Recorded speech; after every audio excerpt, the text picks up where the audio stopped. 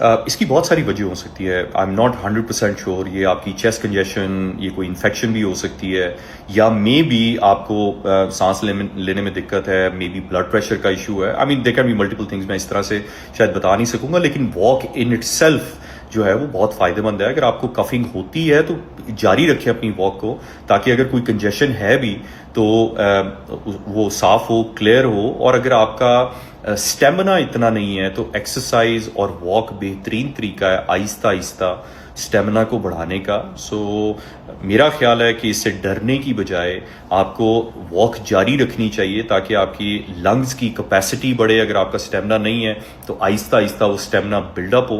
तो आपको मेरे ख्याल में वॉक जारी रखनी चाहिए। अगर थोड़ी बहुत कफिंग होती भी है तो उसको कैरी ऑन करें और उससे गुजरें, ताकि आहिस्ता आहिस्ता आपका स्टेमिना, आपके लंग्स की कैपेसिटी बढ़े और ये आहिस्ता आहिस्ता ठीक हो जाए।